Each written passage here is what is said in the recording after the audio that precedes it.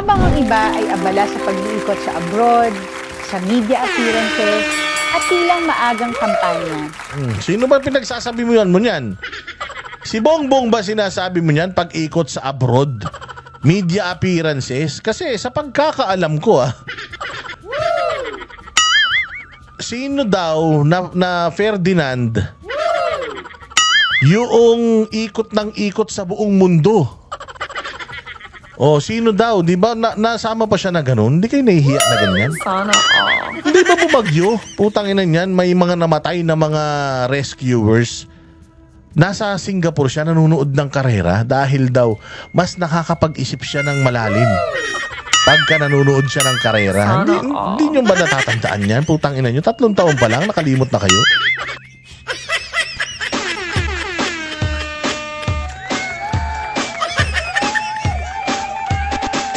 With the beat with DJ Glenn on the mix. Marcos Bangag. Sana Ay, ayan na. Magandang hapon. Magandang araw. Umaga, tanghali, gabi sa lahat ng mga kababayan natin na nanonood ngayon sa ating palatuntunan. Kamusta naman ang inyong mga buhay-buhay? Ayan, nandito na naman po ang inyong pinakapaboritong vlogger na hindi dapat pagkatiwalaan at walang ibang tinuturan o tinuran kundi pawang kasinungalingan lamang. Ay huwag kayong masyadong seryoso, ha? Huwag masyadong seryoso at lalong-lalo na. Ito pong channel na ito ay hindi para sa mga mahihina ang loob. Hindi po para sa mga mahihina ang puso, ang atay at mga balon-balunan. Kaya kung kayo po ay may sakit sa puso, loyalista nga, aktivista nga, dirawan tae, mga kawatan kayo sa pamahalaan, naku po, hindi po ito ang para sa inyo. Another day, another uratan session with yours truly, Boss D. At gaya ng dati, pasasakitin na naman natin ang atay, balumbalunan, puso, kasukasuan, kaluluwa ng lahat ng mga hudas, lahat ng mga switik, sinungaling, kupal, kumag, magnanakaw, sindikato, manloloko, mang-uumit, mandurukot, mga buwaya sa gobyerno, lahat po ng mga demonyo, Santanas, Barabas,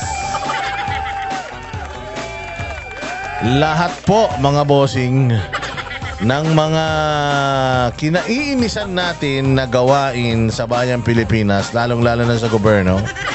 Ito po ang channel kung saan libre po natin silang pagmumurahing mga hayop sila. At syempre nagpapasalamat po muna tayong muli sa lahat ng mga kababayan natin na masugid na nagla-like, nagsishare at nagsasubscribe dito sa channel natin. Pero may mga nakikita pa po tayo na nanonood dito na hindi pa po nakasubscribe. Subscribe na po sila mga bossing. At hit the notification bell para hindi po kayo mahuli sa mga pinakakupal na balita sa bayang Pilipinas.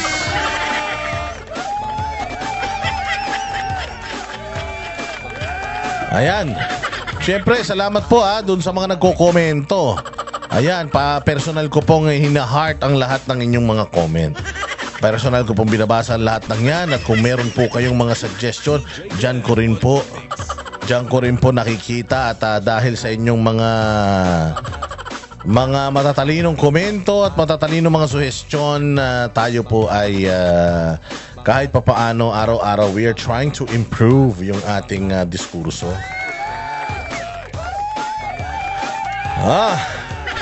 At syempre yung mga nagsusuper thanks, maraming salamat sa mga nagsusuper thanks, ha.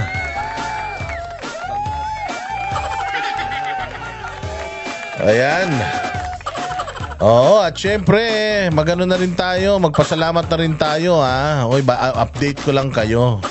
Bigyan ko lang kayo ng update patungkol sa mga nangyayari dito sa bayang Pilipinas. Alam nyo po ba na habang ang mga congressman at ang mga senador ay nag-aaway, nagpapasikatan, nagpapagalingan ng mga punyeta, habang sila ay nag-aaway-away, habang sila ay nagkakagulo, nagpapasikatan, habang ang Congress ay meron na ring aso. Putang ina, mukhang aso talaga. Meron ng katapat si Auntie Claire.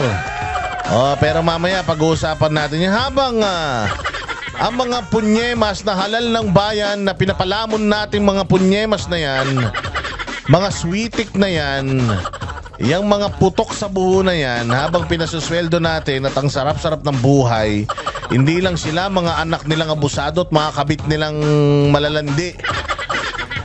Nabusog na busog sa pera ng taong bayan.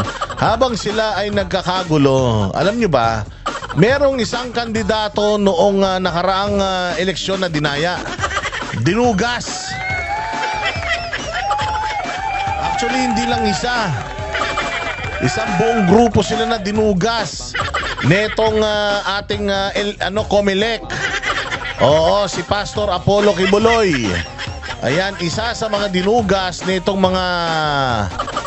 mga kumag na mga taga Comelec. Alam nyo ba, bumalik na po siya sa dati niyang gawain. Ano yon? Ayusin, pabanguhin, pagandahin ang bayang Pilipinas. Nag-resume na po si Kingdom of Jesus Christ, si SMNI Foundation. At ang KOJC at si Pastor Apollo Kibuloy, nagsimula na po silang muli na ayusin, pagandahin ang bayang Pilipinas. Bumalik na po ang tree planting activity. Palakpakan natin. Bumalik na po ang tree planting activity ng Kingdom of Jesus Christ. At sila po ay nagtanim ng mga fruit-bearing trees dito po sa may Davao. Sa Davao City. Ang ganda-ganda na ng Davao. Pero panimula pa lang yan. Kasi they've been doing the tree planting activity, the coastal cleanup, and the beautification sa Pilipinas. They've been doing that sa buong Pilipinas to since 2015. 2015 ba? 2005? Basta yan. They've been doing this for a long time. And naantala po yan, mga bossing, noong tumakbo po si Pastor Apollo Kibuloy sa Senado, kasi before pa mag-eleksyon, nagti-tree planting activity na po tayo kasama natin ng mga taga-SMNI at mga taga-KOJC. Pupunta tayo yung cleanup drive, tree planting activity, coastal cleanup. Talagang ginagawa na nila yan noon pa. Hindi lang nila ipinapangalandakan, hindi lang nila ipinakikita sa mga tao. Dahil hindi sila ganun ka fame whore katulad ng mga nasa gobyerno na lahat na lang, kahit di naman nila pera, yung kanilang pinamimigay, punyema sila. Akala mo galing sa mga bulsa nilang mga hayop sila. Ito si Pastor, sabi niya tapos na ang eleksyon. At nasabi ko na rin naman sa inyo yan, mga bossing, na babalik po si Pastor Apollo Kibuloy sa pagtulong sa bayang Pilipinas kahit hindi po siya nanalo. Baka nga mas marami pa siyang magawa bilang isang pribadong tao kaysa sa mga nanalo ngayon. Diba? Kita mo naman, hindi pa man siya pagkatalo niya, anong ginawa niya? Inano niya kagad, talagang sinukol niya kagad ang Comelec. Dahil ang Comelec ay hindi sumusunod sa mandato sa kanya ng manual recount. Kaya dahil dyan sa mga napakaraming mga pandurugas dyan sa nakaraang eleksyon, anong ginawa ni Pastor? Nagsampa kagad siya ng mga kaliwat kanang petisyon para maayos, unang-una sa lahat, ang electoral process system dito sa Pilipinas. Ayusin ang electoral system. Anong sabi niya? Baka naman, kaya naman gusto niyang ayusin dahil dahil natalo siya. Hindi. Sabi niya, wala na akong pakialam sa resulta. Gusto ko lang malaman kung nagkaroon ba talaga ng dayaan ngayong eleksyon, iproklama nyo na lahat ng iproklama. Kahit na mapatunayan sa manual recount na nanalo ko, hindi na ako upo sa inyo na yan. Oo, hindi ko na tinitingnan dito yung aking kalagayan. O yung aking posisyon. Hindi ko na kailangan ng posisyon sa gobyerno. Dahil sabi nga ni Pastor Apollo Kibuloy, hindi ba? Nasa kanya na ang lahat. Nasa kanya ang yaman, nasa kanya ang yaman ng espiritual, nasa kanya ang yaman pisikal, nasa kanya ang followings, nasa kanya ang pagtiwala ng publiko, nasa kanya ang tiwala ni Pangulo. Sikat na sikat siya sa buong mundo. Meron naman siyang kapangyarihan sa kanilang samahan at siya ay kinikilala bilang isang magaling na leader sa kanilang simbahan. So hindi niya na kailangan lahat ng pwedeng makuha ng isang politiko.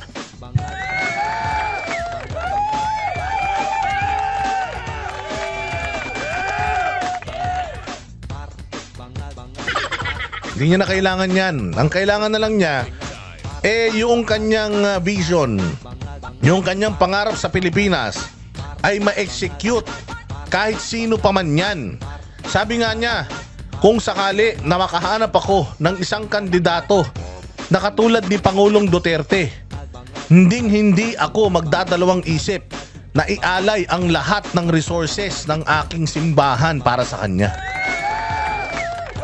Yung pagtakbo naman ni Pastor Apollo Kibuloy, mga kababayan, yung pagtakbo naman niya is hindi naman para talaga sa kanya. Kasi syempre, hindi na rin naman siya bata. Ang gusto niyang mangyari, bago man lang siya mawala sa mundo, yung kanyang mga pangarap para sa kanyang pinakamamahal na bayang Pilipinas ay kanyang matupad. Kaya siya tumakbo sa politika para ayusin ang bayang Pilipinas. Dinaya. Ayaw talaga siyang paupuin. Kita mo nga, lahat ng kaso niya gawa-gawa So talagang gagawin lahat ng gobyerno na ito para mapigilan ng isang Pastor Apollo Kibuloy na makarating dyan sa kapangyarihan. Dahil alam nila, kapag kaya na nakahawak ng kapangyarihan si Pastor Apollo Kibuloy, talagang gagawin niya yung nararapat. Pag nakahawak ng kapangyarihan niya, gagamitin niya yung kanyang kapangyarihan para sukulin, hulihin, ibitay ang lahat ng mga magnanakaw sa gobyerno.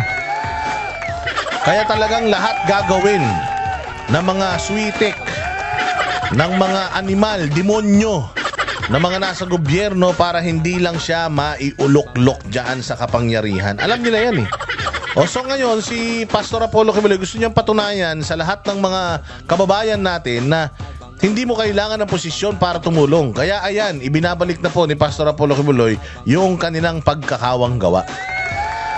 At sabi ko nga sa inyo, lahat ng mga pagkakawang gawa ngayon ng KOJC, kasi hindi sila mayabang Sabi ko nga sa inyo, nagkaroon ng mayabang dyan, kami lang Hindi sila mayabang, hindi sila bragging, hindi nila pinapamuka sa mga Pilipino yung mga naitutulong nila sa bayang Pilipinas.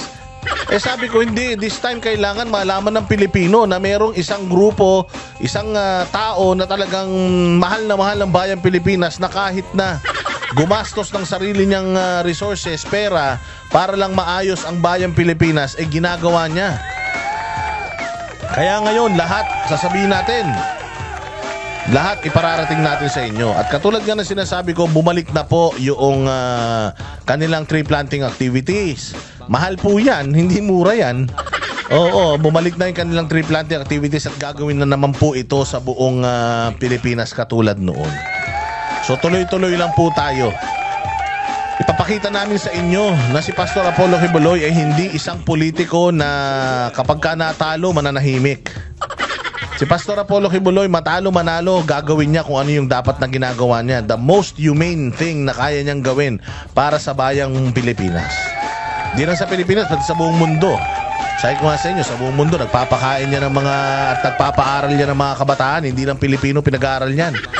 Lahat ng meron siyang simbahan sa buong mundo. Meron siyang mga scholar na mga lokal. So ayan mga boss, nagbalik na.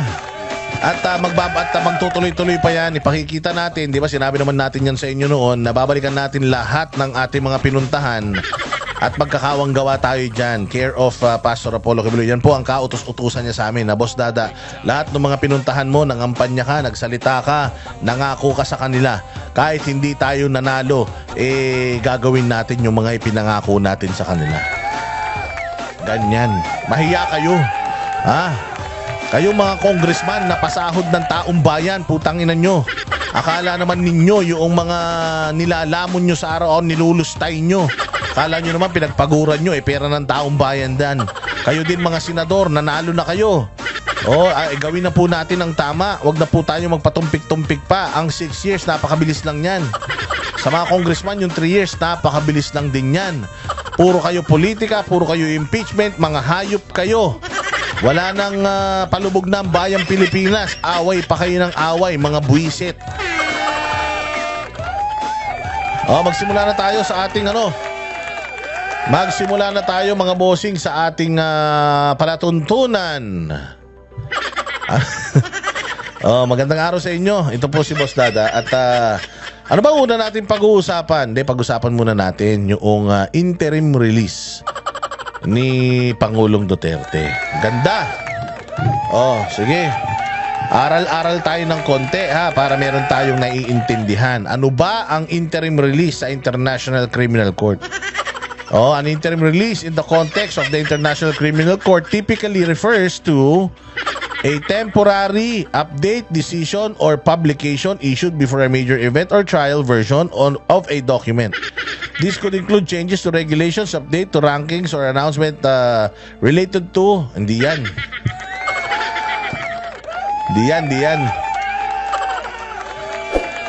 An interim release is in the context of International Criminal Court refers to a situation where a detained individual who is under investigation or on trial is temporarily released from custody.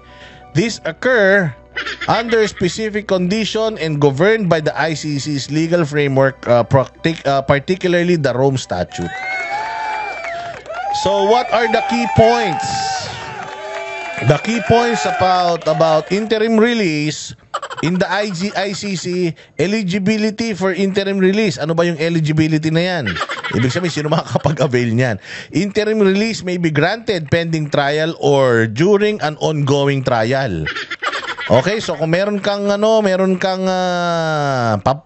trial pa lang na malapit na, pwede kang mag-avail nito. It's contingent upon factors such as the person's health, the duration of detention, and the need for their presence in another context. Example, cooperation in other investigations. Okay, so dito pasok si Pangulong Duterte sa person's health, duration of detention, and the need for their presence in other contexts. So doon na lang sa may person's health and duration of detention. Alam naman natin na Pangulong Duterte is 80 years old. And hindi siya 80 years old na katulad ni Enrile na putang ina walang kamatayan. Kutsa si Enrile, sabi ko sa inyo. Si Enrile nung, di ba si Ebat Adan? Si Ebat Adan, alam niyo, bago nabuo yung Ebat Adan na kanta. Si Ebat Adan, dalawa lang yan na ginawa sa mundo. Alam nyo ba yung pangatlo kung sino? Putang ina, si Enrile yun. Siya yun, yung nangbuyo. Siya yung demonyong nangbuyo kay Eva nakainin yung mansanas. Ganun katanda yan. Putang ina, walang kamatayan yan. Kung napapanood ninyo yung alam nyo yung mga batang 90s dyan, yung Highlander. Meron ako napapanood doon sa Studio 23. Yung Highlander, walang hiya na yan. Daan-daan taon na silang buhay. Namamatay lang sila pag pinugutan mo sila ng ulo. Ito si Enrile. Kahit na halimbawa si Enrile, kahit na ilang beses mo tong ng bitay, yung sentensya ng bitay sa lahat ng katimonyo ang ginawa niya sa mundo. Alam mo ba na pag niya nasintensyahan, binigti mo, na napapatid yung lubid?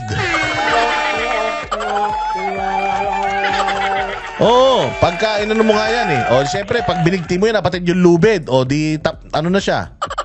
O, di absuelto na siya dun sa krimen na yon. O, may ginawa na naman bagong krimen yan. O, sabi ng mga ancient history. O, pugutan niya ng ulo sa pamamagitan ng guillotine. Mantakin mo, pag ginilotin mo yan, tumatalbog daw yung blade. Ganong katindi yan, walang kamatayan yan.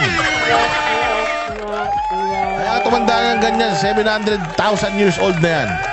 Oo, so going back mga bossing doon sa sa istoryahin natin. So yun, person's health and duration of detention. Kasi kapag si Enrile, ikinulong mo ng habang buhay na pagkabilanggo, sinintensya mo siya. Enrile, ikaw ay sinisintensya namin habang buhay na pagkabilanggo. Sabi ko sa inyo, yung kulungan, mall na yun, hindi pa siya namamatay.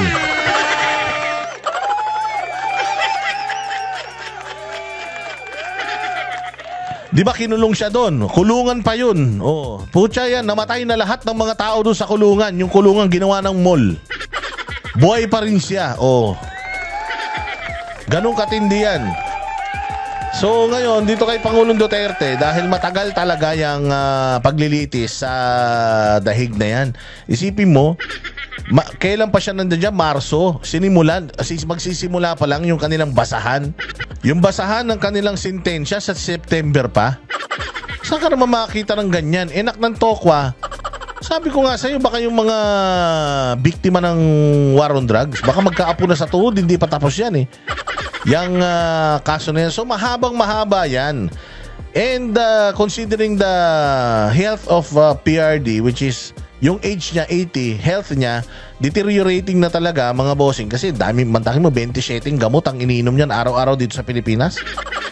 Oo, mabuti na nga lang daw, nandoon na siya ngayon sa loob ng detention facility. Hindi daw pumayag yung mga doktor doon na inumin niya yung pagkarami-raming gamot na yun. Oo, ewan ko kung ano ba yung mga klase mga doktor dito sa Pilipinas. Ang sabi daw ng detention facility, i-monitor lang yung kanyang BP. Pero syempre marami na siyang mga maintenance. So matotal, matanda na siya. And hindi natin alam kung hanggang kailan pa talaga siya abot with the sanction ng US sa ICC. Hindi alam ng ICC kung kailan sila makakapagsimula ulit. Kasi sinanction sila lahat ng mga bank accounts nila. Sa Amerika hinold ni Donald Trump.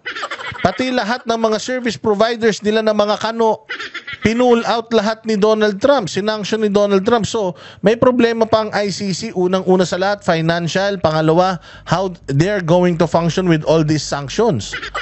Hindi na kayang antayin ni Pangulong Duterte yan. Kasi nga, hindi na siya ganun kabata. He's 80 years old. And kung uunahin ng ICC yung kanilang mga problema, at yung kanyang kaso hindi muna maipaprioritize, mas mabuti talaga na i-release na muna nila si Pangulong Duterte. Conditions for interim release. Ito these are the conditions. The person does not pose a flight risk. So kapag ka siya pinalabas mo at tinanggap siya ng isang member state, babantayan siya ng member state na yun. Paano magiging flight risk si Pangulong Duterte? Hindi na nga makalakad mag-isa yan.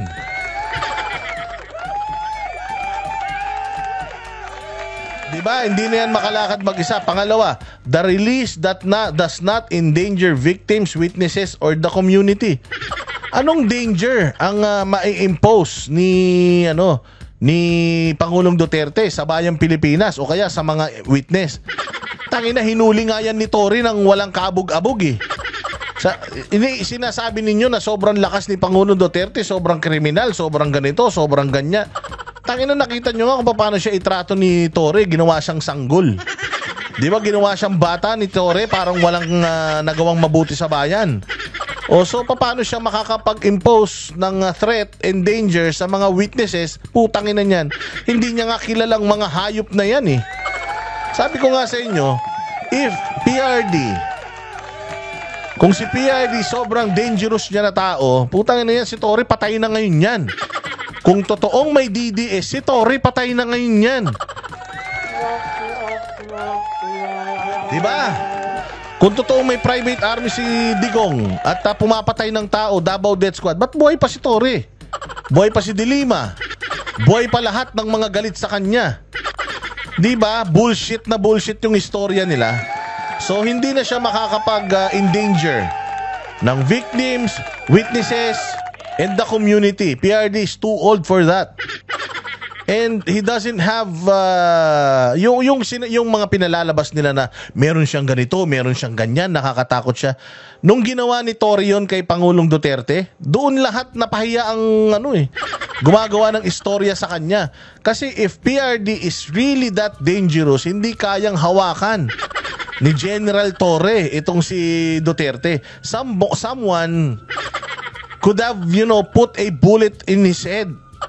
Kung totoong ganun kadelikado si Pangulong Duterte. O parang kay Pastor Apollo Kibuloy din yan. Meron daw private army si Pastor Apollo Kibuloy. Parehas na parehas yung istorya nila eh. Meron daw private army si Pastor Kibuloy, Angels of Death, anak ng tinapay. Tangina, alam nyo ba sa 16-day KOJ siege, natutulog yung mga punyetang pulis na yan, yung mga baril nila, pinagpapatong-patong lang nila sa gitna. Sabi ko sa iyo, kung may masamang loob sa mga taga KOJC, ano ba naman yung dambahin nila, kunin nila yung mga baril, tapos pagbabarilin nila yung mga kupal na yan habang natutulog. Pero hindi nila ginawa kasi walang ganun. Hindi totoo yung Angels of Death na sinasabi nila na private army ni Pastor Apollo Kibuloy. Hindi rin totoo yung DDS na sinasabi nilang pumapatay para kay Pangulong Duterte, vigilante group, eklat-eklat. Kung sobrang totoo niyan, tingnan mo si Torre, naging PNP chief pa. Di sana pinaglamayan na yan noon pa. Diba? Buhay pa si Matubato. Buhay pa yung Las Cañas. At kung sino-sino pang mga testigo. Putangin na ang kriminal, yung mga ampatuan sa may diyan sa may Mindanao. Pucha, kita mo, buhay pa yung mga media pinaglilibing. Yun ang kriminal. Yun ang talagang satanas. Tanginang yan. Yan ang talagang demonyo. O yun, may ebidensya tayo dun. O si Pangulong Duterte, wala kayong ebidensya. Mantakin mo, 43. 43 sa buong buhay niya. Yun lang yung buhay na sinasabi nilang kinitil niya o ng mga Davao death squad niya at mga pulis niya daw di umano. Iilan? 43 o 23? O 43, sabihin na natin. Anak ng tinapay, mas marami pa ngayon namatay doon sa mas madami pa yung namatay ng mga media doon sa Mindanao, yung pinalibing nila Ampatuan, di ba yung away ng Ampatuan Mangudadato dyan? O tapos sa 44, ilang pulis na namatay dyan? 44 sa isang araw? 44 na pulis nang namatay sa isang araw hanggang ngayon. Hindi pa naririsolba. Namatay na lang si Pinoy. Hindi pa naririsolba yung issue na yan. 44 sa isang araw. Itong kay Pangulong Duterte, 43 sa ilang taon.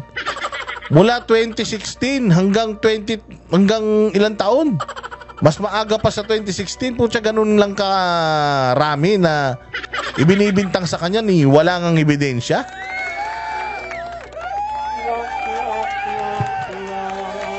O hindi ba? O so malabong-malabo yung sinasabi nila that he can endanger victims and witnesses. The individual complies with any condition imposed by the court, of course. Siyempre, naka-ano dyan eh. Kumbaga, ano ba yung sa mga nangungutang? Di ba, pag may nangungutang, mayroon guarantor, di ba? O ang guarantor dyan, si Kaufman. Alam nyo ba si Kaufman sa Europe, sobrang sikat ng abogado na yan. May reputasyon yan. Dito sa decision process, both the prosecutor and defense have opportunity to present arguments. Alam nyo ba, na dito sa request ng interim release ni Pangulong Duterte, alam nyo ba sa interim release ni Pangulong Duterte? Yung mga prosecutors, mga bossing ng yung prosecutors ng ICC, nag-agree sila. Kaya umiiyak ngayon si Conti, pangit na nga, umiiyak pa. Oo, swangit na nga yung mukha po. Pinaiyak nyo pa, Diyos mio. So, ayun. Ang monitoring restrictions, individuals granted interim release are often subject to strict conditions such as travel restrictions, reporting requirements, or electronic monitoring. Cooperation with authorities of the host country if released to a state is typically required. Revocation of release kapag ka meron daw mga bagong mga warrant, detentions, blah blah blah, dyan sa kaso na yan. Oh, napakadali. And katulad nga na sinasabi natin, mukhang malaki yung chances nito kasi nga pumayag pati ang ICC prosecution team. Siguro nakikita na din ng ICC na kaya nga ako lubos ang papasalamat ko sa mga Pilipino na nandiyan dyan sa Hague. Kaya nga sana, sana nga kung makalabas na si Pangulong Duterte bago pa kami magpunta dyan kasi we are supposed to go there this July. Pero kung bago pa mag-July, makalabas na si Pangulong Duterte, okay na rin sa amin. Kahit na hindi na kami magkita-kita ng mga kababayan natin Pilipino dyan, okay na sa amin na maalis na si Pangulong Duterte dyan sa ICC facility na yan. Oo, so ngayon, itong mga kapwa natin Pilipino dito, nagpapasalamat kami ng lubos sa inyo. Kaya dyan sa mga vloggers na nandiyan dyan, most especially, yung mga nag-aaway-away na nagbati-bati na yata. At kanila Harry Roque, sa lahat ng mga nandiyan dyan, na araw-araw walang pagod na nagpapakita ng suporta kay Pangulong Duterte, napakalaking bagay niyang ginawa ninyo na pagsuporta kay Pangulong Duterte kasi kahit papaano, even yung ibang mga bansa, nung nakikita nila na ginagawa niyo yan, somehow naisip nila na magaling talaga to si Duterte. Duterte was branded as one of the strongest leaders noong panahon niya kasama sila Vladimir Putin at saka Xi Jinping. Isa siya sa mga strong men na nagli-lead na pinakamagagaling na mga leader sa buong mundo. Mantakin mo ha. Ang Pilipinas bihirang masama dyan. Pero si Pangulong Duterte, kilalang kilala sa buong mundo. And alam naman natin, yung propaganda ng media komunista, talagang pasamain yung reputasyon ni Pangulong Duterte. At kahit papaano, ilang mga tao sa ibang bansa naniniwala dyan. Dahil nga syempre, hindi rin naman nila kilala yung tao Until, nung siya'y nakulong na ganyan, and nagtipon-tipon, yung mga Pilipino going out of their way, ilang oras na biyahe, isang araw, 2 araw na biyahe, magstay sila doon, on pocket nila, walang organizer, na-realize nung mga, nakita rin ng mga tao sa ibang bansa, even yung mga foreigners dyan, nalaman nila yung sitwasyon natin dito sa Pilipinas, somehow nakita nila yung mga ginawa ninyong effort. Feeling ko sa kanilang mga bansa, they will never do it sa kanilang mga leaders. So the effort, the love, the sacrifices na ginawa natin, ginawa ninyo for PRRD habang nandiyan siya sa detention facility na kahit hindi nyo siya nakikita, hindi kayo umaalis. Kahit na ilang beses nang sinabi ni Pangulong Duterte na wag na kayong mag-aksaya ng panahon, umuwi na kayo para maging productive kayo. Pero kita mo, ang Duterte kaya talagang pagbuklod-buklodin ng lahat ng mga Pilipino. Bakit? Imaginein mo, nung wala pa si Pangulong Duterte dyan sa ICC, these Filipinos, puta kahit nagkakasalubong yan, walang pakilamanan yan. Kahit nagkikita yan, nagtatagalog na yan, narinig na nila yan, hindi pa nagpapansinan niya, matataas ang ere ng mga Pilipino sa abroad Pero dahil iisa ang pagmamahal natin kay Pangulong Duterte, dahil naramdaman ng bawat Pilipino yung galing pagmamahal at yung sakripisyo ni Pangulong Duterte sa Pilipinas, kahit na yung mga dating Pilipino hindi nag-uusap-usap, dahil nandiyan si Pangulong Duterte sa ICC, kita mo, nagkaroon pa ng Duterte Street. Napakagaling. Kaya iba talaga ang kapangyarihan nitong si Pangulong Duterte. Iba talaga yung uniting factor. Ito si Bongbong, putang ina, demonyo yan. Walang ibang gagawin niya si Bongbong Marcos hindi watak-watakin ng bayang Pilipinas. Kasi yung pamilya niya, pamilya ng mga satanas yan. Alam mo ba, nung ano daw yan, noong ipinanganak daw yan si Bongbong, ang una daw lumabas, itim na espiritu. Tapos yung panubigan ni Imelda, lava. Putang ina, para siyang dragon. Ganong kademonyo yan. Oo, satanas siyang hayop na yan, pati yung pinsan niya. Oo, yan ang ginagawa nila sa bayang Pilipinas. Sabi ko nga sa inyo, si PRD doesn't have to do anything. All he needs to do is to be in a particular or specific place, and people will gather and rally behind him. Ganyang gagaling si Pangulong Duterte. Ito si Bongbong, putang ina, kailangan pa magbayad ng tao niyan para lang may manood sa speech ng ulul na yan. Ang hirap-hirap pa intindihin ng speech, putang ina, bulul-bulul. O si Pangulong Duterte, pinapauwi na yung tao, so umuwi na kayo. Nagsasayang kayo ng oras dyan. Nakakahiya sa mga taga dito sa ICC, sabihin nila, gulo-gulo natin.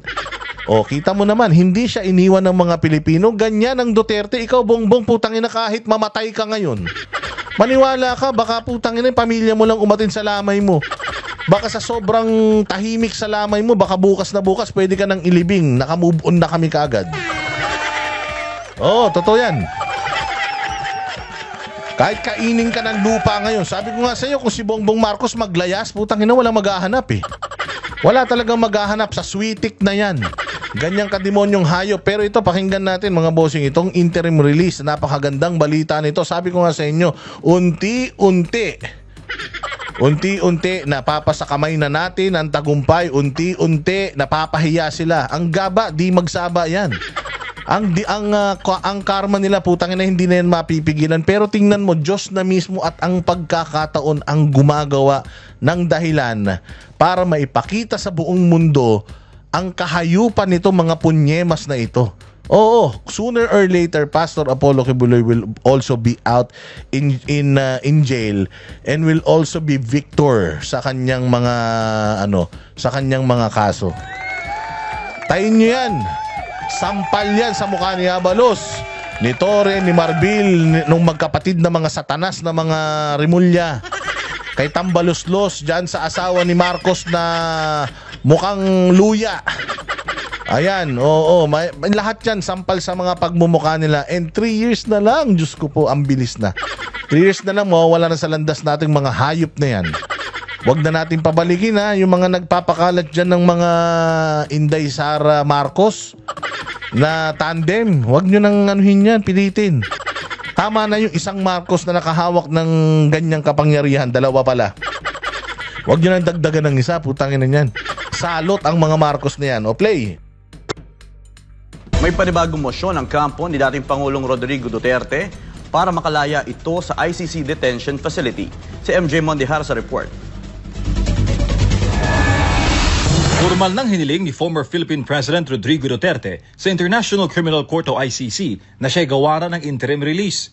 Sa impormasyon mula sa ICC, may petsang June 12, 2025 ang request ng dating Pangulo.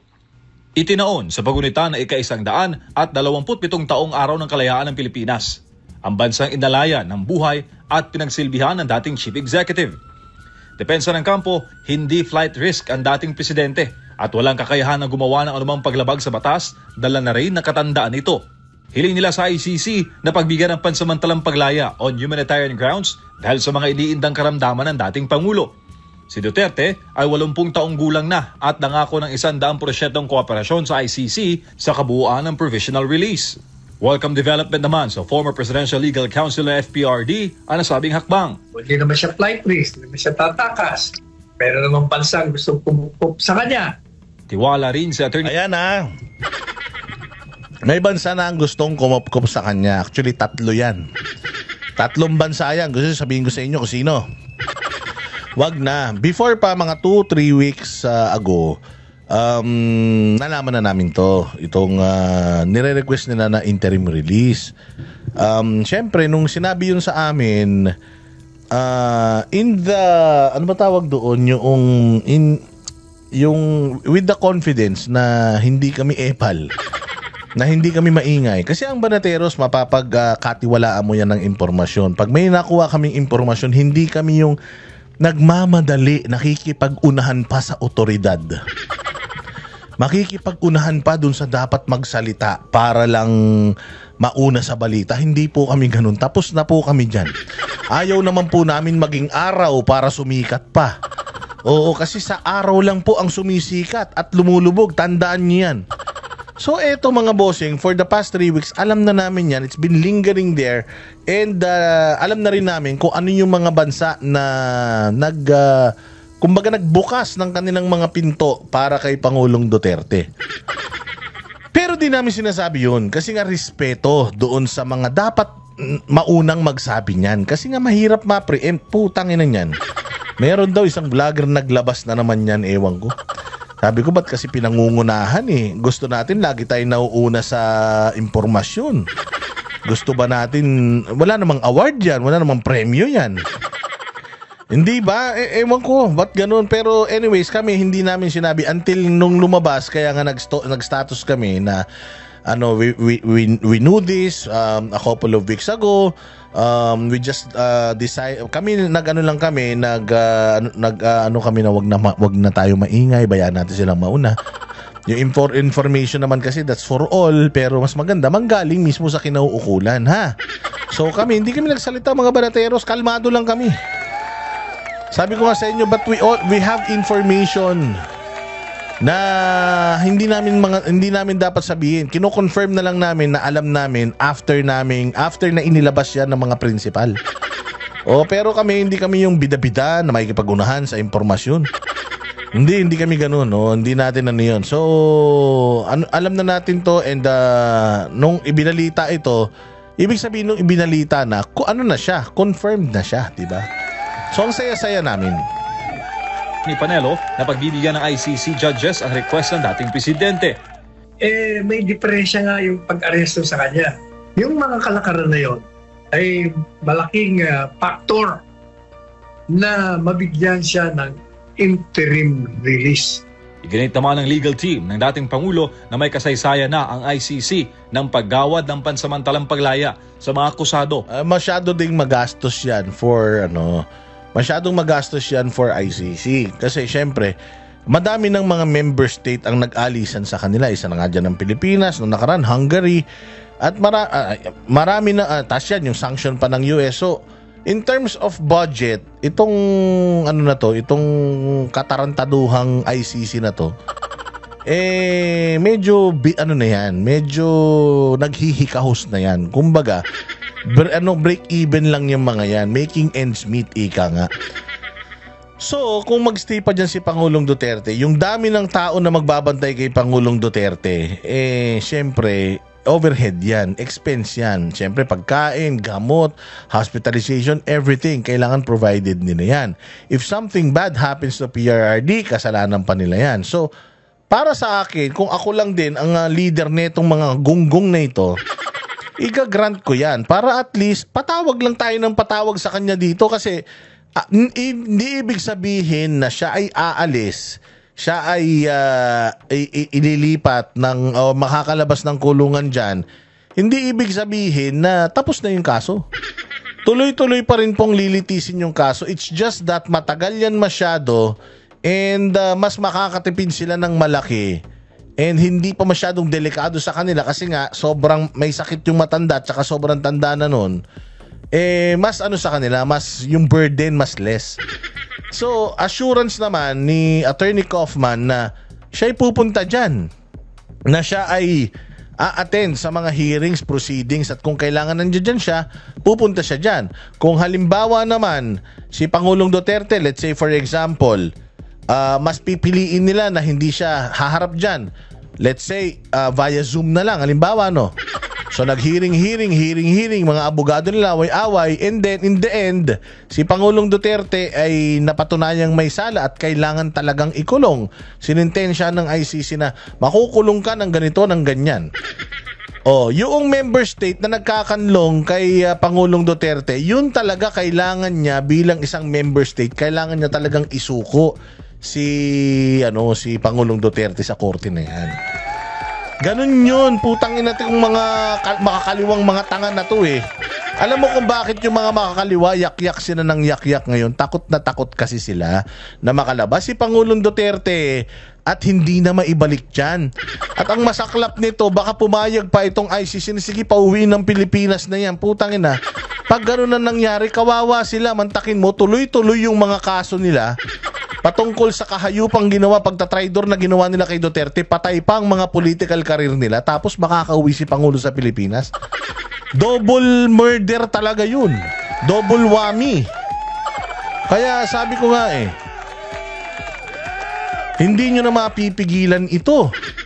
At unti-unti ito. The political landscape sa Pilipinas is starting to shift. Unti-unti nang napapatunayan ng mga Duterte, si Pastor Apollo Kibuloy, lahat ng mga pinaratangan ninyo, lahat yan politika at walang kasalanan. Hindi pa ma-impeach si VP, magiging presidente pa. Utangin na, humanda talaga kayo dahil ang hagupit ng lintik na walang ganti. Oo, napakasakit talaga niyan. Dahil sa humanitarian grounds. Ayon pa sa kampo, may isang hindi pinangalanang bansa na piling tumanggap kay FPRD sa kasagsagan ng kanyang internet release. Pero, legal lamang pa itong turing kung balik bansa na lamang ng dating presidente. Paano maging illegal? Di ba? Nag-file nga tayo ng petisyon para ibalik Paano maging illegal yan? Ang teorya nga natin illegal ang ginawa ng gobyerno. Kaya itong gobyerno na gumawa ng illegal na hakbang ay iwasto niya ang kanyang sarili. Hindi ba yan nga ang hinihingi namin sa petition namin sa Korte Suprema? Para sa Diyos. Yan, palakpakan. So, another victory for us. Nung nakaraan, sabi ko nga sa inyo sabi nga nung mga sabi nung mga makakaliwa, terorista, sabi nung mga komunista at nitong mga medyang pasaway, itong mga bayaran ng mga media, sabi nila, we couldn't catch a break. Minsan lang sila makapuntos, putang ina, hindi pa natuloy. The communists couldn't kumbaga hindi nila ma-execute ng maayos yung kanilang mga panalangin, bitin. Banderang kapos, namatay pa si Joma Sison. Tapos ito si Bongbong, puta, bulol na.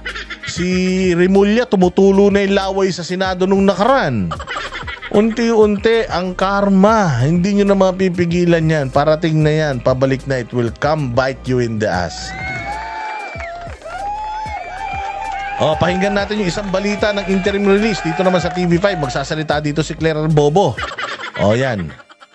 Hiniling ng kampo ni dating Pangulong Duterte na pansamantalasang palayain ang International Criminal Court, lalo't may isang bansa raw na handang kumanlong sa kanya. Pero nangangamba riyan ang pamilya ng mga biktima ng drug war. Baka raw kasi takutin ni Digong ang mga testigo para umatras sa kaso. Nasa frontline. Inan yan.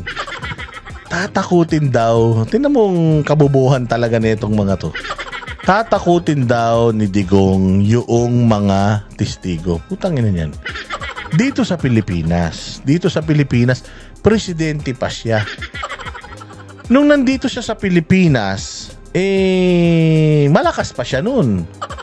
Hindi nga niya kilala yung mga hayop na yan.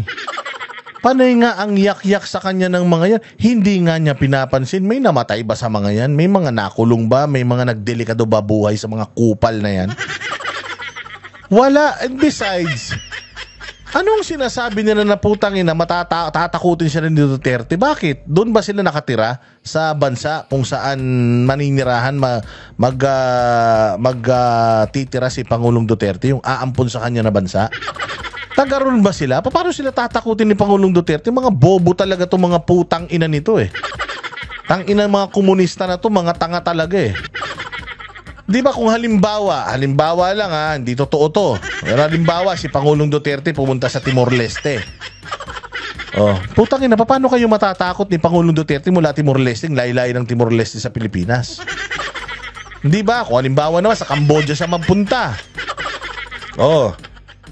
Paano siya makakapagpanakot nasa Cambodia siya? Ang tanda-tanda na nga ng tao hindi na nga makapunta ng CR mag-isa. Paano pa kayo tatakutin niya, mga punyeta kayo? At saka, sa tingin nyo ba sobrang delikado talaga ni Pangulong Duterte? Kung delikado yan, patay na kayo lahat ngayon. Kung totoo yung Davao Death Squad, patay na kayo lahat ngayon. Hindi na kayo nakakapagsumbong. Kaya nga ang tatapang ninyo nabatikusin yung mga Duterte kasi hindi sila lumalaban Di ba ang lalakas ng loob ninyo na babuyin yung mga Duterte? Gumamit pa kayo ng AI. Gumamit pa kayo ng isang kumpanya. Para lang sirain si Inday Sara. Lumalaban ba sila? Ginamit nyo na nga itong mga media, binayaran nyo na lahat. Pati pulis nasa inyo na. Gumanti ba sila? Tangina, sa totoo lang, kung merong biktima dito, sila, mga Duterte, biktima rito. Kasi, putangin na niya nang iingay ninyo, pero, putya, wala pa naman kayo napapatunayan kahit na ano. Ang tagal ni Pangulong Duterte sa Pilipinas, ang tagal na DOJ Secretary, Senador ni Leila de Lima, CHR, ni hindi siya nakapagsampa kahit isang kaso kay Duterte. Pero yak-yak sila ng yak-yak. So sinong matapang, si Duterte o yung mga yak-yak ng yak-yak tungkol kay Duterte? Mas matapang yung mga biktimang peke.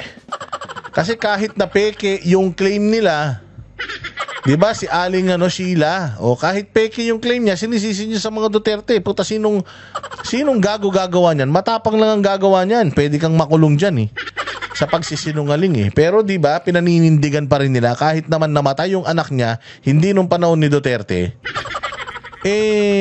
Pinagbibintangan pa rin nila si Duterte. So ngayon nyo sabihin, kung talaga bang kayang takutin ni Duterte itong mga hayop na ito, ang tagal-tagal niya sa Pilipinas, hindi niya tinakot. Tapos kung kailan lulugo-lugo na yung matanda, hindi na kayang maglakad mag-isa doon pa siya makakapanakot. Sino matatakot dyan? Ay ng balitang yan, si Camille Samonte. By virtue of the warrant of arrest. Formal nang Kita nyo kung gaano kayabang tong punyetan to? Sa tingin nyo ba if PRD is all that? Sa tingin nyo if PRD is a criminal, if PRD has a private army, if PRD is too powerful, do you think Torre can touch him? Do you think? Anak ng tinapay kayo. Get your facts straight. Tanginan nyo. Ayusin nyo naman yung mga claims ninyo. Anak ng tinapay kayo, nasasanay kayo na kahit mali-mali na, kahit na suntok sa buwan na pinipilit nyo pa rin i-shoot Hiling ng kampo ni dating Pangulong Rodrigo Duterte ang kanyang interim release o pansamantalang paglaya sa ICC Detention Center sa The Hague. Ayon sa lead counsel niya na si Attorney Nicholas Kaufman, pumayag ang gobyerno ng isang ICC member state na kukupkupin si Duterte habang siya ay nililitis. Sa edad na 80 years old, pumayag na ang isang member state, pero tatlo yan actually. Tatlo yan na nag-okay sila. Amin yan, putang ina, kaibigan namin yan Magaling na tao yan Putsang ina, mantakin mo, kita mo kung anong nangyari sa The Hague. Putsang, naging tourist spot yan sa mga Pilipino. Mantakin mo kung gaano kaswerte yung bansa na pupuntahan nito ni Pangulong Duterte. Definitely, people, thousands, thousands of people will go there. Considering na sa Asia pa to. Oy. Sorry, wag kami ingay. Asian country pa to. Diyos ko po, makakapunta lahat. Lahat ng mga Pilipino makakapunta dyan. Sigurado ako. Para lang to celebrate this person. Kasi PRRD will not be around forever. Hindi rin natin alam kung hanggang kailan na lang siya nandito sa mundo. And the people that he helped, specifically itong mga Pilipino na pinagsilbihan niya ng tapat, will definitely celebrate him until he's gone. And pag nawala na to sa mundo, people will continue to celebrate him. Kasi nga, minahal ni Pangulong Duterte ang bayang Pilipinas ng walang pag-iimbot, walang pagnanakaw. Di katulad nito ng mga hayop na nasa gobyerno ngayon. Yung mga yan, sabi ko nga sa'yo, pag namatay bukas, putang ina, baka magpalitsyon pa ako ng 10 As in, magse-celebrate ang mga Pilipino. Hindi magmo-mourn ang mga Pilipino sa kamatayan ng mga yan. Halimbawa, yung mga yan, bangungutin ngayon yan, hindi na magising bukas. Sabi ko sa iyo, baka magkaroon ng street party sa lahat ng kalsada sa pangunahing kalsada sa Metro Manila. O sa wakas, matatapos ng paghihirap natin pare-pareho. Hindi ba? Pero ito si Pangulong Duterte. Kaya ang swerte talaga ng host country ni Pangulong Duterte because definitely people will gather, yung tourism nila uusbong. At sigurado ako na malaki rin ang magiging tulong nun sa kanilang ekonomiya. Tapos, mamahalin pa sila ng mga Pilipino. Ang Pilipino pa naman sobrang mapagmahal. Halimbawa, tinanggap si Pangulong Duterte, tinanggap ng Pakistan. Tapos sigurado ako mamahalin natin ng Pakistan. Baka lahat ng Pakistani rito kahit Mapapanghi ang mga yan, baka kaibiganin natin. Iginiit din ang kampo ni Duterte na masyado na siyang matanda at maraming iniindang sakit para manatili sa kulungan. Hindi rin daw siya flight risk at hindi rin magtatago. Sa kopya ng kanyang request, nakasaad na nakipagdialogo na ang defense team ni Duterte sa ICC prosecutors at hindi sila umano tututol sa posibleng paglaya ng dating Pangulo.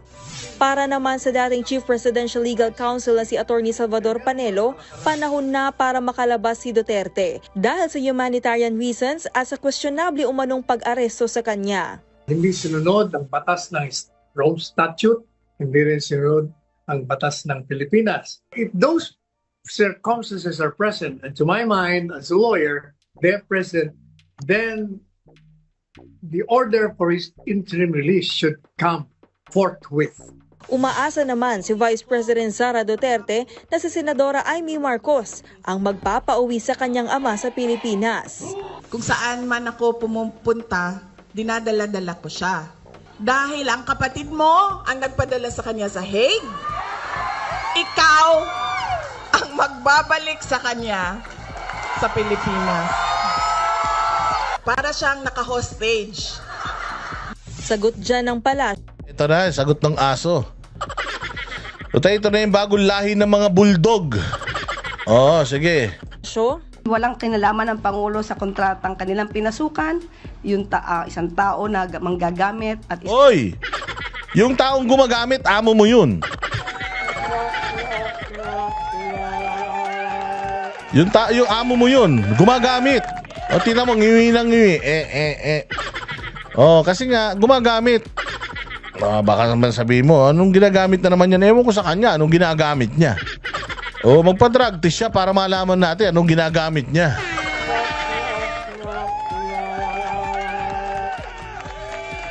isang taong willing magpagamit. Kapansin-pansin naman ang mga katagang Mr. Mr. Duterte will not continue to commit crimes. Di ba? Katulad, ito yung nakita ni Claire Castro na bobo talaga, putang ng abogado na ito. Bobo talaga. Sabi niya, umamin na daw ba si Pangulong Duterte na may ginawa siyang kasalanan? Kasi nakalagay dun sa kanilang sulat, he will not continue to commit crimes. Again, he is innocent until proven otherwise.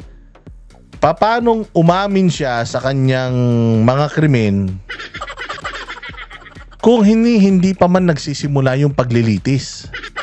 So sabi dito, he will not continue to commit any crimes. So pag-amin daw ito pag-amin daw ito ni Duterte na meron siyang ginawang mga krimen. Bakit kung umamin na pala siya na nag-commit siya ng mga crimes, bakit papalabasin siya? Hindi ba dapat lalo siyang ikukulong?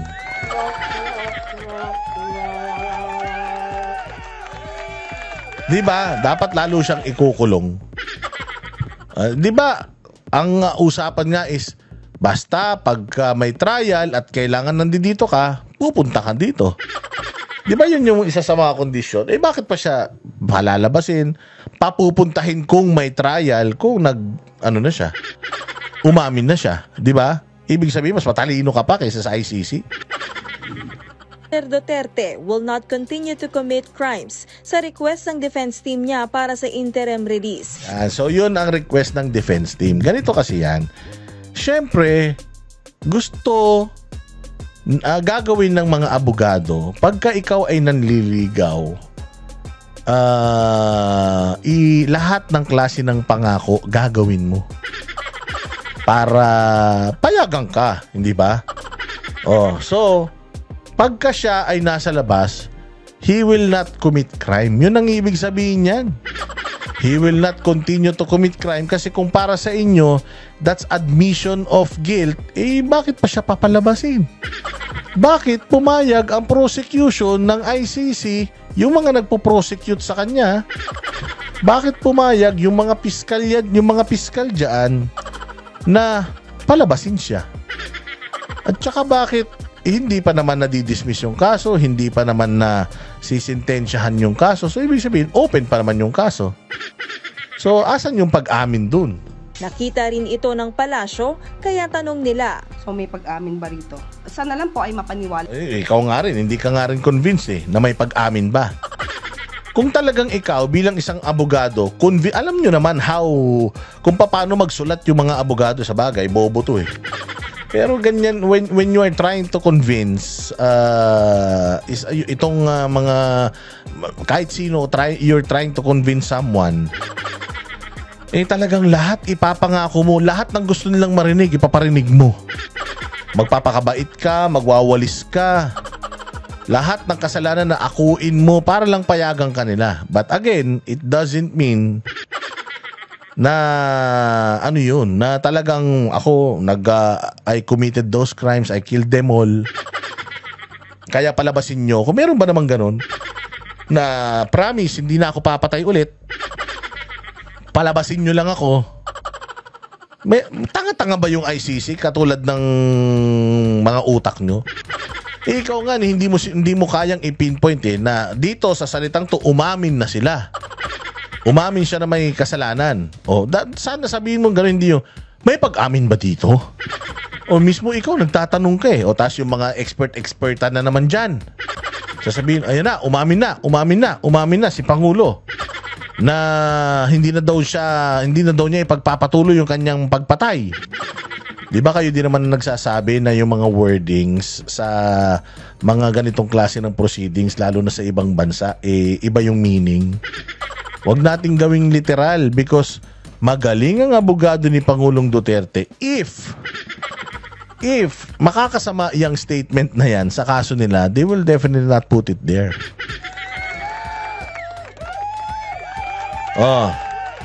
So whether i-misinterpret nyo yan or whether i-misquote nyo yan at sinabing pag-amin na yan, pag nakalabas si Pangulong Duterte, paano na? Mantakin mo, umamin na siya, pinalabas pa siya. Galing, di ba? Let's say for example,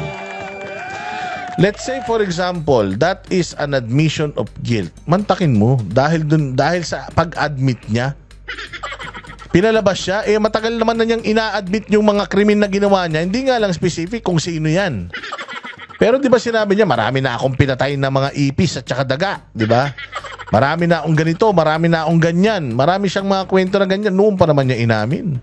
Ngayon pala kayo nagtataka, noon pa naman inaamin na niya lahat ng mga kasalanan niya, hindi nga lang specific, walang pangalan. So hindi natin pwedeng gamitin yun sa krimen kasi nga walang eksaktong krimen. Isang pangyayari lang na hindi mo masasabing kwentong barbero ba yun o totoo. Pero ganyan din yun. Alam nila yung mga ICC judges. Tutol naman ang mga biktima ng drug war na makalaya. Siyempre, tutol talaga kayo. Putanginan nyo, mantakin mo. Ang tagal ng ginawa nyong paghihirap para lang mapahiyan yung mga Duterte. Tapos wala pang 3 taon, bumabalik na naman sila. Lahat ng kahayupang ginawa, mantakin mo na. Pag-collaborate pa kayo kay Bongbong Marcos, tapos saglit lang. Saglit lang, wala na kagad. Putanginan niya. Ang bilis naman. Mantakin mo, ilang dekada na kayo nakikipaglaban, walang nangyayari sa laban ninyo. Ngayon lang kayo nakapagpakulong ng presidente Makakalabas kagad. Ang saklap talaga, no?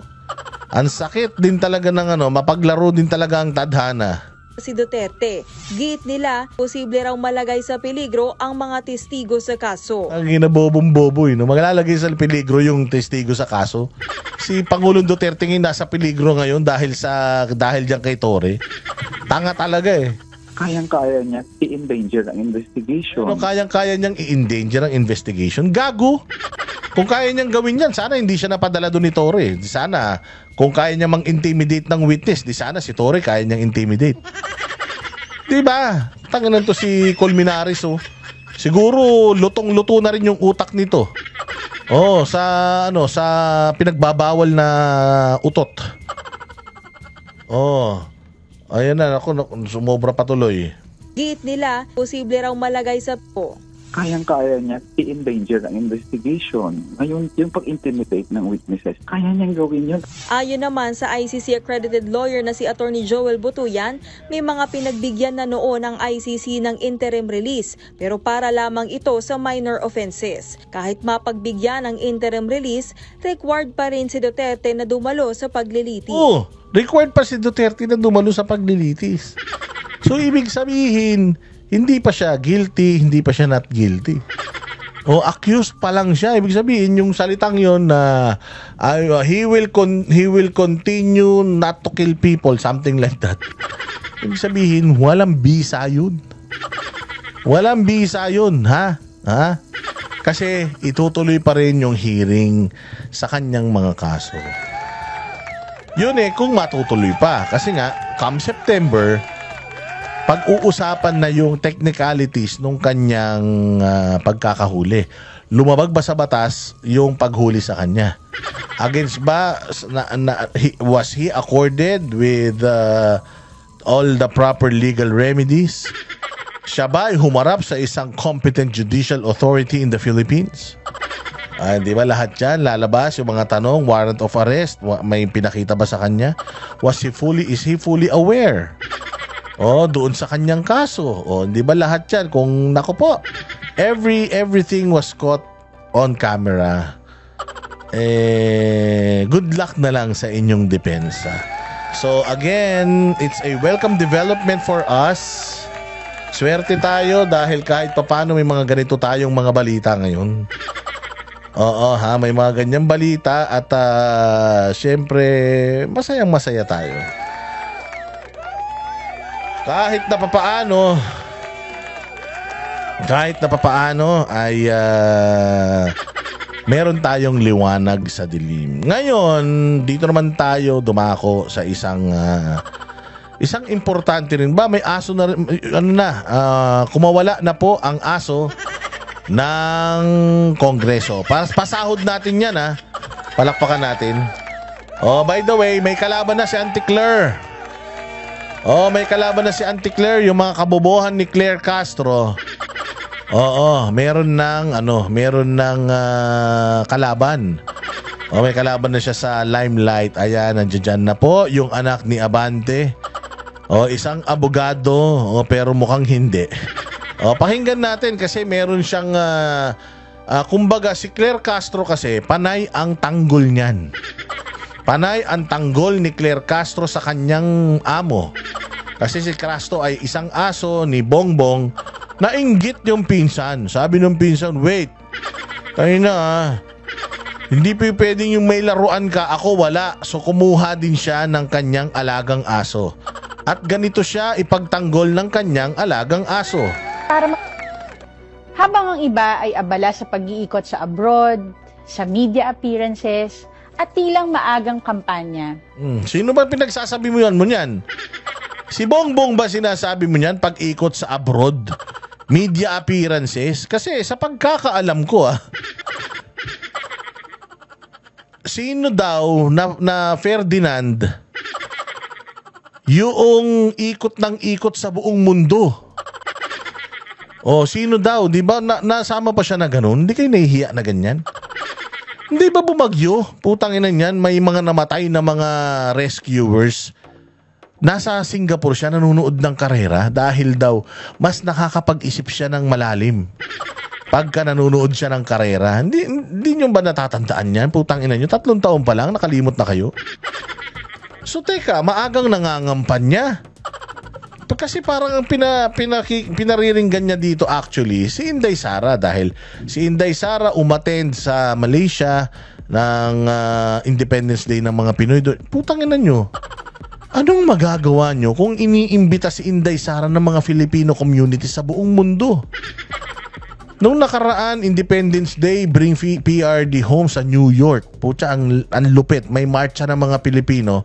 Mantakin mo sa Amerika, pinagsisigawan nila ibalik si Pangulong Duterte. Sabi ko sa inyo, yan si Romualdez, putang ina niyan, hindi kilala yan sa buong mundo. Kung kilala man yan, dyan sa Amerika, dahil may kaso yan. May kaso yan ng bribery, di ba? Dyan sa korte sa Amerika. Kapal ng mukha mo. Si Inday Sara, kaya siya umiikot sa buong mundo o sa buong Pilipinas, hindi dahil nangangampanya. Kasi ganyan talaga dapat ang mga lingkod bayan. Dapat umiikot. Putang ina nyo. Noong nangangampanya kayo, umiikot kayo sa buong Pilipinas. Nung nanalo kayo, nasa opisina na lang kayong mga kupal kayo. Hindi ba si Inday Sara, nung nangampanya, umikot sa buong Pilipinas? Ngayong nanalo na, dapat mas lalo siyang umikot sa Pilipinas. Para makita niya yung problema ng Pilipinas. Tatanga-tanga kayo. O natatandaan nyo nung nakaraang pandemic. May pandemic nung nakaraan, nagbibigayan ng ayuda. Yung barangay namin dyan sa Cubao, puta, nakita ko sa labas ng barangay, ang haba-haba ng pila. Alam nyo kung ano yung pila na yon? Ayuda. Kasi ang unang nagbigay ng ayuda, Social Amelioration Plan o program, si Pangulong Duterte. So may COVID, pinapipila nila yung mga tao sa labas. Ang haba-haba ng pila. Minessage ko yung kaibigan kong kagawad. Ano yung pila sa labas? Ano yan? Yung sa SAP? Oh, bakit hindi nyo na lang kayo ang maghatid sa mga bahay ng mga beneficiaries? May listahan naman kayo eh. Bakit nung nangangampanya nakakapagbahay-bahay kayo? Bakit ngayong mga nanalo na kayo, yung mga tao pinapipila nyo nandyan sa labas ng barangay? Hindi porket may barangay hall, hindi na kayo lalabas ng barangay hall. Lalabas kayo ng barangay hall, aabutin ninyo yung mga tao. Dapat ganun ang lingkod bayan. Putang ina nyo. Ang tatanga nyo naman. So kaya ganun. At maagang pangangampanya, tanga. Hindi na kailangan ni Inday Sara mangampanya. Gago kung magkakaroon ng bukas, ng election bukas, mananalo na si Inday Sara, ba't pa siya mangangampanya? Boba ka ba? Ang tawag doon na umaabot sa tao. Hindi nyo ginagawa kasi yan. Kasi kahit yung tatay mo, nung nangangampanya, nakakapag house to house. Nung nanalo na, wala na. Lagi na nandiyan siya sa kongreso, maghapon sa mga hearing. Style nyo bulok. O ano pa? Si Speaker Romualdez at ang Kamara ay patuloy na nagtatrabaho. Abay putang ina, dapat lang. Dapat lang magtrabaho si Tambaluslos. Congressman siya eh. Pero kung hindi siya congressman, nagtatrabaho siya, yung masama yun. Natural, dapat kayo magtrabaho. Huwag nyo ipangalandakan sa tao yan. Ginagawa nyo dapat yan. Trabaho nyo yan, mandato nyo yan, mga kupal kayo. Dapat talaga magtrabaho kayo. Dapat nga wala kayong day off eh. Dapat nga 24 oras kayo magtrabaho hanggang mamatay kayo eh. Di ba? Talagang dapat magtrabaho kayo. Pero anong trabaho? Baka naman may tinatrabaho kayo. Ano bang trabahong ginawa nyo? Putang ina niyan. Nung huling 3 taon, puro hearing, quadcom, tricom. Ganun lang naman ang nangyari. Wala namang ibang ginawa yung mga taga-kamara. O ano pa? Naghahain ng batas, nagbabantay ng pondo. Putang ina, binantayan yung pondo. Yung binabantayan yung pondo. Ha? Hindi naman nyo trabaho magbantay ng pondo. Ang trabaho nyo, gumawa ng mga batas para mapakinabangan ng mga Pilipino. Ba't nyo binabantayan yung pondo? Binabantayan nyo para kukunin nyo, ganon? Puta, nauhuli kayo. Mahina tong spokes nyo. Palitan nyo na to. Hindi na nga maganda. Di pa matalino. At nagdadala ng serbisyo sa mga nangangailangan. Nagdadala ng serbisyo? Trabaho ba ng congressman magdala ng serbisyo sa nangangailangan? Tanga? Ang trabaho ng congressman, gumawa ng batas. Hindi na trabahong magdala ng serbisyo dahil puta may DSWD. May mga ahensya tayo ng gobyerno na dapat gumagawa niyan. Hindi yung mga congressman. Ang trabaho ng congressman, kaya nga tingnan mo, asan ba ang congressman kapag may session? Hindi ba nasa Kamara, nandito sila lahat sa Maynila? Kahit ikaw ay congressman ka ng 5th District ng Sarangani. Nandito ka nag-opisina, hindi sa Sarangani. Pero ang constituents mo, Sarangani yung distrito mo. Kaya kayo nandito kasi nga, putang ina yung mga malalaki yung mga walang lamang mga utak nyo. Magsasanib puwersa yan, gagawa kayo ng mga batas. Sama-sama kayong gagawa ng batas. Pag bobotohan ninyo, dadalhin nyo sa Senado. May kipag-usap kayo sa Senado para maayos yung mga batas ninyo. Tapos pipirma ng presidente. Yun ang trabaho nyo. Ano sinasabi mo, serbisyo? Hindi nyo nga trabaho yung magpagawa ng tulay. Ba't kayo mga nagpapagawa ng tulay? Ba't kayo nag-aayuda? Ha? Ba't kayo nagdadala ng serbisyo sa mga Pilipino? Hindi nyo man trabaho yan. Malinaw po. Wala sa kilos, pananalita, o gawain ni Speaker Romualdez ang pagtakbo sa 2028. Wala talaga. Bulol. Di marunong magtagalog. Ganun ang ganun. Wala talaga sa gawain ng isang presidentiable yung ginagawa ni Romualdez. Alam na namin yan. Kaya nga siya pinagtatawanan kasi mukhang bonjing. Kaya nga yung pinagtatawanan sa social media dahil mukhang tululaway. Hindi ba? So alam na namin na talagang wala siyang pag-asa sa 2028 kung tumakbo man. Tangin na. Paano hindi nga sanay na may kalaban yan. Ilang beses nang nananalo yan sa probinsya niya, uncontest. Walang contender, walang kalaban. Alam namin na wala sa kilos at gawa niya ang isang tatakbo ng presidente sa 2028 dahil hindi niya talaga kaya. Putang ina niyan. Tanga ba kami na may 14% na lang na trust and approval rating yan tapos tatakbo pa sa 2028 yan? Tsaka kahit ipilit mo, kahit nasabihin mo, kahit na putang ina paliguan mo si Romualdez sa harap ng mga Pilipino, sabunin mo yung mga singit niya, pati yung betlog niya kung gusto mo, toothbrushin mo, hindi na magiging malinis ang papel ni Romualdez sa mga Pilipino, madam. Oo, wala na, hindi nyo na kayang isalba yung karera ni Romualdez. Masyadong mataas ang pangarap. Putsang inang yan, walang utang na loob. Oh, hindi ba? Sila? Nakatulong yung mga kalaban nila ngayon, nakatulong sa kanila para mapwesto sila lahat. Tapos, putang ina nyo, hinayop nyo. Tapos gusto mo maniwala kami sa'yo na si Romualdez mabait. Mabait lang si Romualdez sa'yo kasi aso ka niya. Natural, palamon ka niya. Pasweldo ka niya, binigyan ka niya ng karir. Natural, mabait si Romualdez sa'yo. Utangin na, lokohin nyo pa kami. Hindi siya nagpapakita sa media para magpasikat. Utangin na kasi nga, wala naman siya sasabihin. Ganun lang naman, ganun. Pagka nag-speech naman, Tagalog, baluktot. Di ba? Utangin lang yan.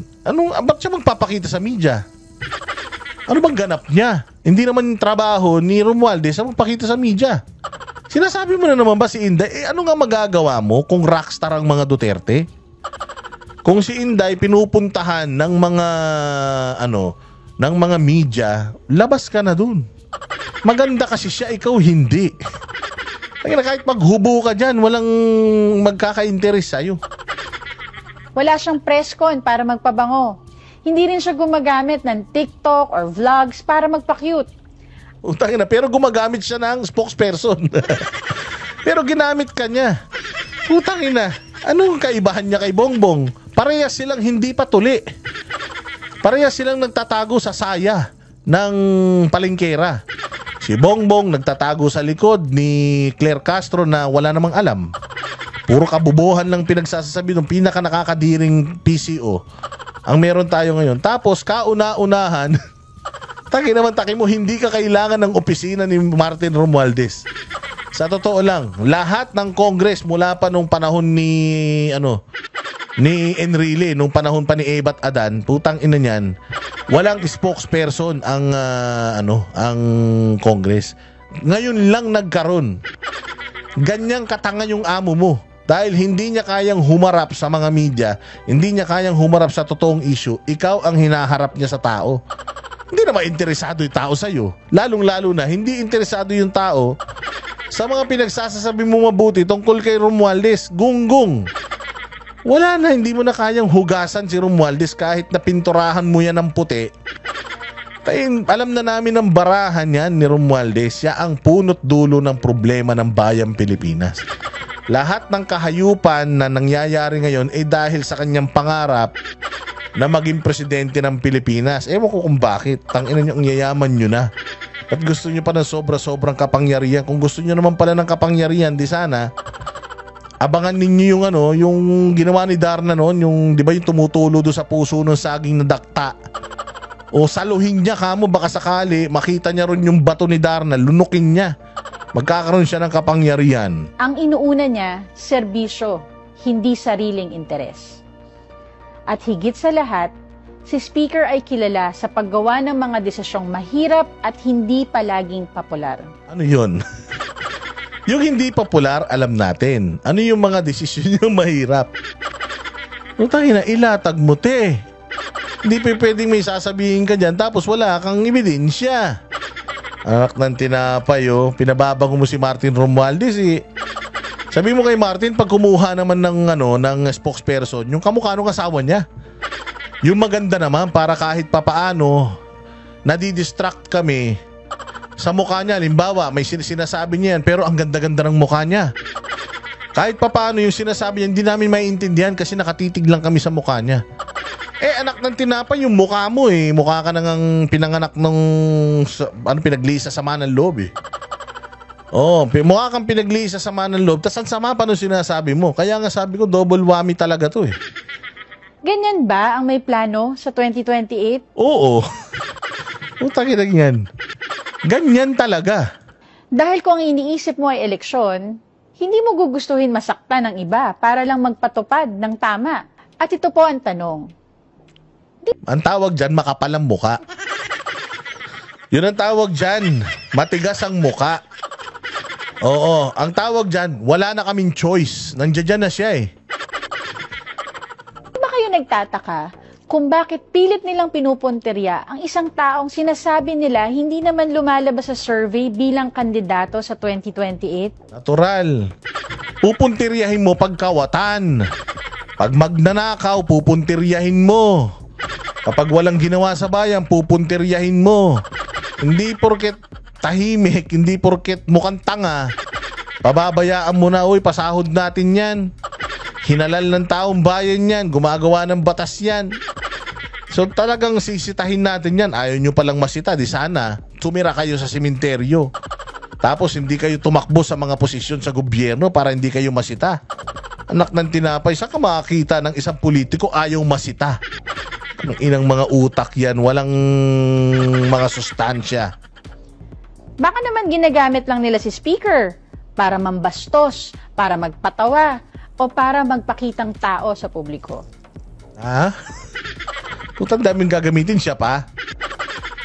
Huwag na siyang tumakbo nga mo para hindi na siya napupulaan. Galit na pala siya sa mga ginagawa sa kanyang pambabastos at pambabatikos, eh. Pwede naman siyang tumanggi. Ang yaman niya na, eh. Dami-dami ng negosyo, eh. Pwede na siyang dito makbo. Pwede na siyang gusto niya, mag-ano siya, swimming siya. Huwag na siyang umahon, ganun. Gusto niya, bakasyon siya, huwag siyang umuwi. Mag-mountaineer siya, huwag na siyang bumalik sa Kabiasnan, ganyan. Gusto niya, pigilan niya yung mga missile ngayon sa Iran. Tsaka sa Israel. Wala kaming pakialam, pero kung congressman ka, Speaker of the House ka, tapos puro kabulastugan ang ginagawa ninyo, mapupulaan kayo, te. Mapupulaan kayo. Hindi pwedeng may gagawin kayong katangan, katarantaduhan, tapos bati-bati, ganon.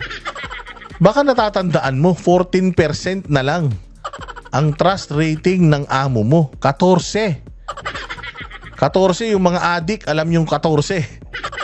O sinabi mo, 14 lang. O alam yan. O. Kung may checklist ng pagiging presidentiable, mukhang may ilan pong gustong makaperpekto. Oo naman. Perfect na si Inday dyan. Huwag ka mag-alala. Hindi mo na kailangang sabihin pa. Naantay na lang namin 2028. Tanga. Naantay na lang namin 2028. Maganyan ka pa. Pero si Speaker, wala sa checklist. Wala talaga siya sa checklist. Hindi talaga siya gusto ng tao, eh. Alam na namin yun. Don't state the obvious. Wala siya sa checklist at wala talaga siyang checklist dapat dahil hindi siya manan. Putang ina, kahit bigyan mo ng checklist yan, wala ni isa yang machechikan. Oo, walang ni isang machechikan yan. Maniwala ka, ma'am. Alam na namin. Huwag mo na siyang iabogado. Nasa trabaho. Ha? Mahalaga ang respeto sa kapwa lingkod bayan. Pero mas mahalaga ang pagrespeto sa katotohanan at sa pera ng taong bayan. Oo. Sabihin mo yan sa kanya, wag nila ninanakaw yung pera. Sabihin mo sa kanya, yung flood control ng pinsan niya, 1.5 billion per day yun. Sabihin mo wag nakawin. Ha? Sabihin mo sa kanya na yung mga kontrata sa Congress ng kontrata ng DPWH, wag ibigay sa mga kontraktor na mga congressman. Hindi ba? Sabihin mo sa kanya masyadong pinayaman niya si Saldico. Di ba? Nung nakaraan may napanood akong video ni Saldico. Binabanatan siya ng Rappler, yung mga sumobra yaman niya. Nung napunta siya sa gobyerno, hanggang ngayon hindi pa siya sumasagot. Yun ang sagutin mo, te. Yun ay paliwanag mo sa tao. Hindi yung kung anong pinagsasasabi dyan, pera ng taong bayan. Yung pera ng taong bayan, amin yun. Dapat mapunta sa amin, hindi mapunta sa kanila. Tangin na saan ka makakita ng pera ng taong bayan ni... ipinang-babribery nyo. Oy, tumigil ka, pera na... Alam mo ba si Tambaluslos? Iano ko lang sa'yo baka lang nakakalimutan mo wait. Baka lang nakakalimutan mo. Ito tao ni Tambaluslos to Ano ko lang mamaya papakitaan kita ng tao ni Tambaluslos. Diretso ka muna. Mabigat po ang mga personal na banat. Pero mas mabigat ang mga isyong kinakaharap natin ngayon. Katiwalian, kapabayaan, at maling paggamit ng pondo. Mali talaga paggamit ng pondo. Huwag niyong pinambabayad yung pondo sa mga vlogger para sirain mga Duterte, ha? Kaya sa mga patuloy na naninira, habang abala kayo sa pagpapatawa at pagpapalusot, kami po ay abala sa trabaho. Anong trabaho yan? Sinong tinatrabaho nyo na naman? Tahimik man kami, hindi kami bulag. At hindi kami pipikit sa harap ng katiwalian. Ang sagot po namin, trabaho. Ang galing, no? Ang galing ng mga ang galing ng mga kawatan, no? Para lang sa mo, madam. Gusto ko lang marinig mo to. Ito kasi tao to ni Tambaluslos pakinggan mo. May mga nagpaparatang sa akin diyan na balimbing na daw ako. Bumaliktad na daw ako. Hindi pa ako bumabaliktad, mga kaibigan. Hindi pa ako bumabaliktad. Para po sa kalinawan, itong putang ina tong si Banat Bay na sinasabing tao na daw ako na Speaker Romualdez, tao na daw ako ng Malacanang, madali pong sabihin yan. Madaling sabihin yan. Ang tanong, what? May ebidensya ba kayo? A few moments later. Guys, dito, hindi pinag-uusapan dito kung pro Marcos ka, anti Marcos ka, pro Duterte ka, anti Duterte ka.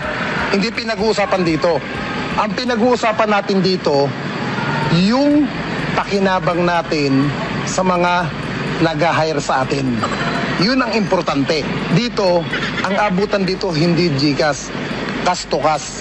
Ayun may abutan, GCash, cash to cash. Sino? Sino ang mag-aabot? Sige. Okay, ang sahod nyo rito, 15.30. Hindi ko sa inyo pwedeng pangalanan kung sino ang nasa likod nito. Okay? Puro papuri at pag-angat lang kay Speaker Romualdez dito.